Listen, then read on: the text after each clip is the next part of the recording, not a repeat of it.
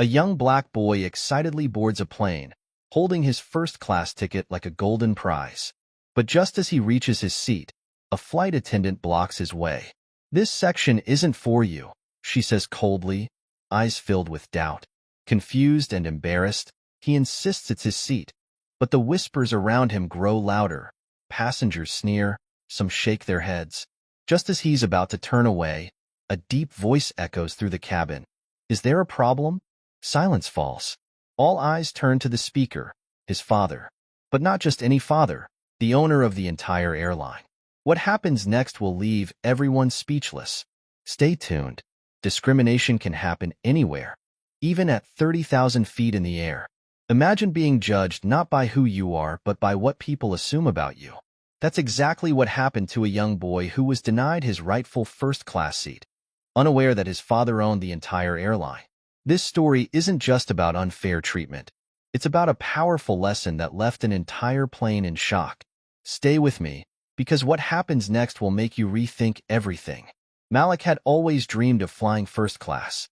At just 12 years old, he had traveled with his father several times, but always in economy. He never complained. His father, David Johnson, had always taught him humility. "It's not about where you sit, son. It's about how you carry yourself," his father would say. But today was different. His father had surprised him with a first-class ticket on one of the airline's most luxurious flights. "Enjoy yourself," his dad had said with a smile. Malik felt special, excited, and grown up as he walked toward his assigned seat in first class. Dressed in a hoodie, jeans, and his favorite sneakers, Malik didn't look like the typical first-class traveler. The other passengers, many of them in suits, designer dresses, or business attire, gave him quick glances but said nothing. He didn't notice. He was too busy marveling at the spacious seats, the plush pillows, and the elegant service trays already set up. As he placed his backpack in the overhead compartment and sat down, a voice interrupted his moment of joy. "Excuse me, young man." Malik looked up to see a flight attendant standing over him. She was a tall woman with a perfectly pressed uniform, her blonde hair tied neatly in a bun. She had a polite smile, but her eyes scanned him with suspicion. "Yes?" Malik said, confused. "I believe you may be in the wrong section," she said, her tone laced with doubt. Malik frowned. "No, this is my seat," he said, pulling out his ticket and showing her. The flight attendant barely glanced at it before shaking her head. "Who purchased this ticket for you?" Malik hesitated. The question didn't seem right. Why would she ask him that? No one had asked the other passengers the same thing. "My dad did," he answered. The flight attendant folded her arms. "I see. And where is your father?" Malik's excitement started to fade, replaced by a sinking feeling in his stomach. "He's not on this flight," he replied. That was all the flight attendant needed to hear. She gave him a tight, condescending smile. "I'm going to have to check on this," she said before walking away. Malik felt his cheeks heat up. Passengers nearby had noticed the exchange. A businessman in a suit smirked and shook his head. A woman in pearl earrings leaned over to whisper something to her husband. Malik's fingers clenched the armrest. He had done nothing wrong, but he felt like a criminal. A few minutes later, the flight attendant returned, with another crew member. The second attendant, a middle-aged man with a badge that read supervisor, looked Malik up and down before speaking. "Young man, we need to verify your seat. Would you mind coming with us for a moment?" Malik's heart pounded. "Why?" he asked, his voice quiet. The supervisor exchanged a look with the flight attendant. "It's just a routine check," he said, though his tone wasn't convincing. "Can you step aside, please?" Malik hesitated. The weight of all the eyes on him made it hard to breathe. He could hear the whispers growing. Someone muttered, "Kids these days." Another voice scoffed, "He's obviously in the wrong seat." Humiliation burned through him. He didn't belong here. At least, that's what they made him feel. Malik slowly stood up, his hands shaking as he reached for his backpack. Just as he was about to step into the aisle, a deep, commanding voice cut through the murmurs. "Is there a problem here?" The entire cabin went silent. Malik turned, and his eyes widened. Standing just a few rows behind him was a tall, distinguished black man in a sharp gray suit. His presence alone seemed to shift the energy in the room. The flight attendant blinked in surprise. Sir, this young man. The man held up a hand, cutting her off. His gaze shifted to Malik. Son, is everything all right? Relief flooded through Malik. Dad, he breathed. The whispers stopped. Passengers looked between Malik and the man in shock. The flight attendant paled. You're his father? The supervisor asked hesitantly. The man nodded, then reached into his pocket and pulled out a sleek, black business card. He held it up for them to see. David Johnson, CEO of this airline.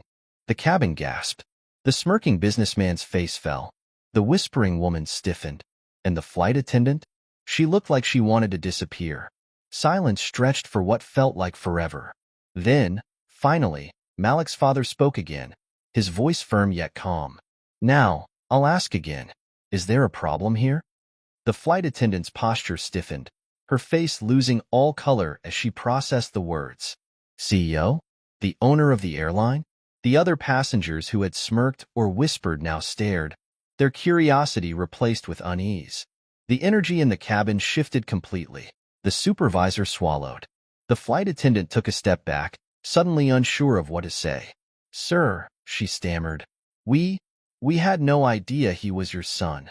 David's jaw tightened. And if he wasn't my son? If he was just another young black boy with a first-class ticket, would you have treated him the same way?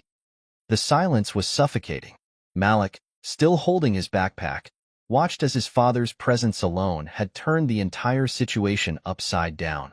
Just moments ago, he had felt small, out of place, and humiliated. But now, he saw the tables turn. The businessman who had smirked earlier now looked anywhere but at David. The woman who had whispered to her husband sank into her seat, eyes darting to the window. The passengers who had been so quick to assume now sat uncomfortably in their luxurious seats. The supervisor forced another smile, desperate to regain control. Mr. Johnson, please understand. David held up a hand, stopping him mid-sentence. His gaze shifted back to the flight attendant. Tell me something, he said slowly. Before questioning my son, did you verify the tickets of any other passengers in first class? The flight attendant hesitated. She glanced around, as if searching for an escape. Well, no, sir. David nodded. I see. So out of all these passengers, my son, the only young black boy here, was the only one asked to prove he belonged? The flight attendant opened her mouth but had no words. The other passengers were silent. No one wanted to admit what was obvious. David exhaled and shook his head. This isn't about a mistake, he said.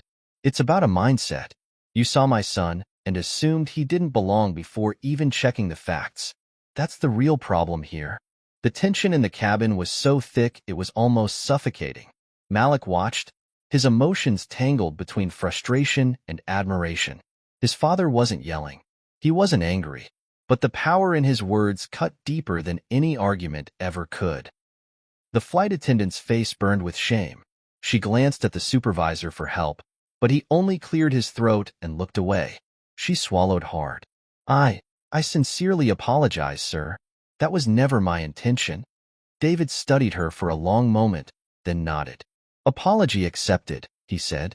But an apology isn't enough. What will you do to make sure this doesn't happen to the next young black traveler who takes a seat in first class? The flight attendant had no answer.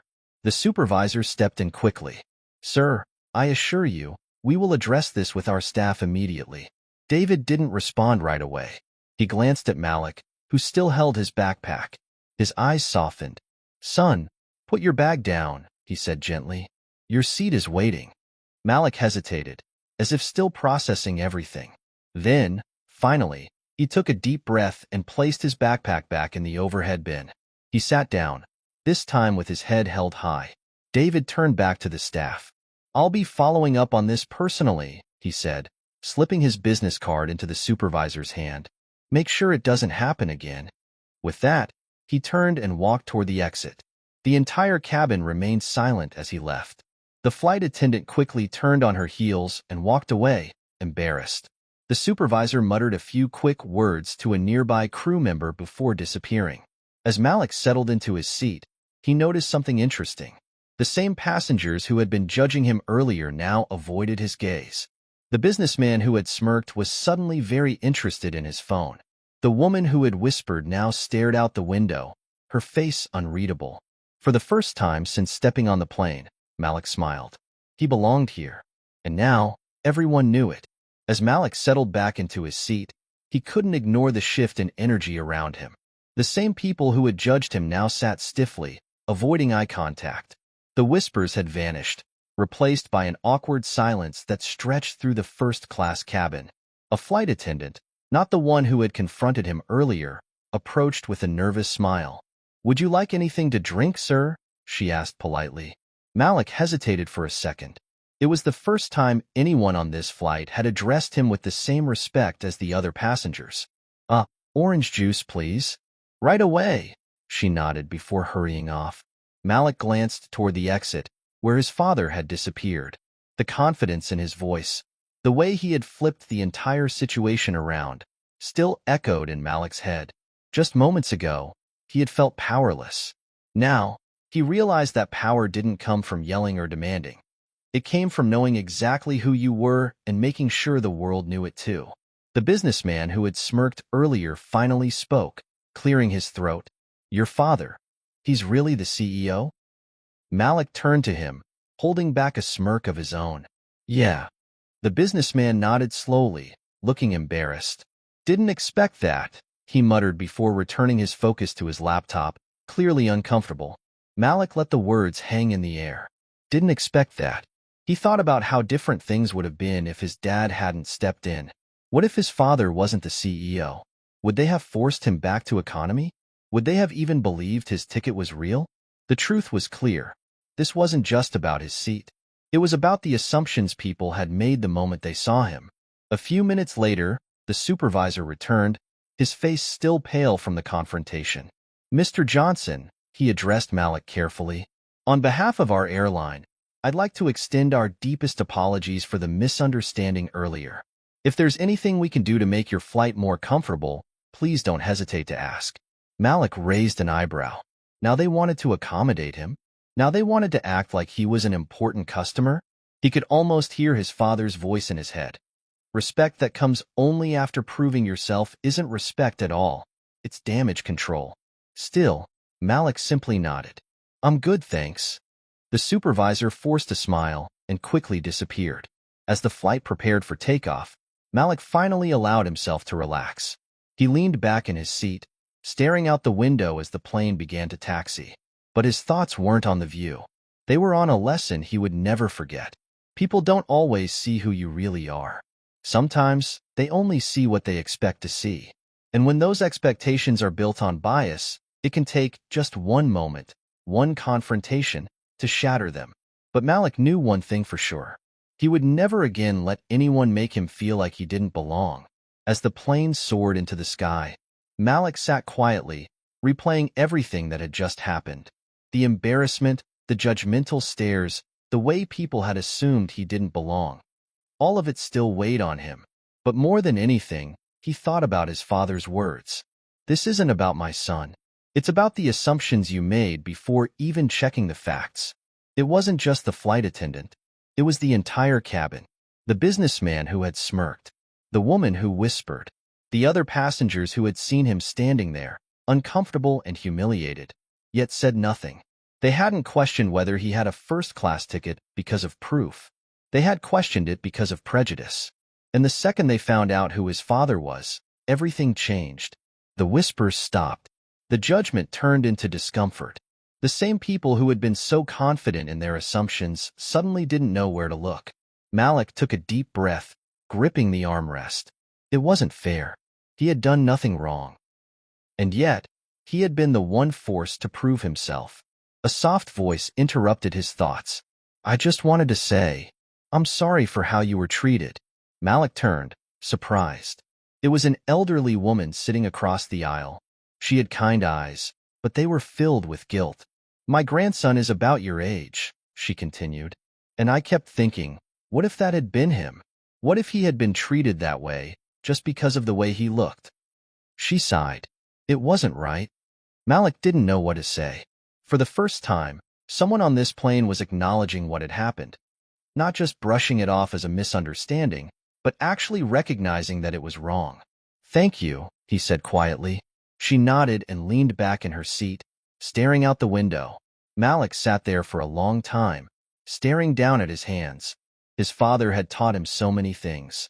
How to stay humble, how to work hard, how to always carry himself with dignity.